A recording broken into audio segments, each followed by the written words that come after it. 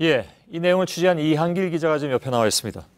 예, 뒷얘기 조금 짤막하게 2분 이내로 좀 정리해 보도록 하죠. 네. 먼저 이 사건은 아직도 재판이 진행 중이죠. 네, 그런데 피의자 권 씨는 재판이 시작되자마자 경찰 조사대와는 사뭇 다른 진술을 하고 있는데요. 예. 경찰에서 권 씨는 범행을 계획했고 누가 오든 죽이려고 했다 이렇게 진술했습니다. 그런데 지난 10일 첫 재판에서 태도가 갑자기 바뀌었습니다. 예. 범행 당시 상황이 기억이 나지 않는다. 서로 다투다 우발적으로 죽였다. 이렇게 주장하고 있습니다. 예, 그러니까 피해 망상이나 아니면 뭐 충동에 의한 살인 이거는 형량이 낮아진다는 것을 염두에 두고 그렇게 진술 바꾼 것이 아닌가 하는 의심을 해볼 수도 있겠네요.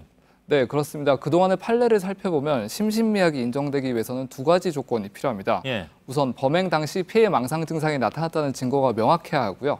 그리고 두 번째로 범죄의 계획성이 없어야 합니다. 하지만 권 씨의 경우에는 이런 두 가지 경우 모두에 해당되지 않는다고 전문가들은 보고 있습니다. 예. 피해자의 경우처럼 그 가정을 방문하는 서비스맨 이런 그 서비스 업종 종사들의 안전 문제 이건 뭐 분명히 좀 짚어봐야 될 것 같고 가스 검침이나 아니면 정수기 점검 이런 것들도 사실은 다 그렇게 조심을 해야 되는 그런 상황이겠네요. 네, 그렇습니다. 사실 가장 안전한 방법은 2인 1조로 가정을 방문하는 겁니다. 예. 하지만 인력과 비용 때문에 기업들이 난색을 표하고 있고요. 예. 이번 사고 이후에 해당 업체는 서비스 기사들에게 호신용 스프레이를 지급했다고는 합니다. 예. 근데 사실 근데 집에 있는 사람 입장에선 이런 것으로 방문하는 사람들을 더 조심하는 게 여태까지 상례였잖아요. 네. 그런 사건도 많았고 이번 집 거꾸로 된 그런 상황이긴 한데 지금 사건 2달이 넘었습니다. 숨진 피해자에게는 80대 노모, 아내, 두 자녀도 있다고 들었습니다.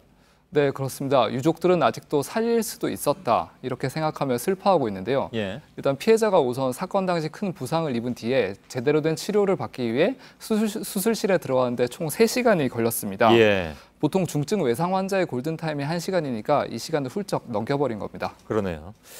예, 사건 플러스 이한길 기자였습니다.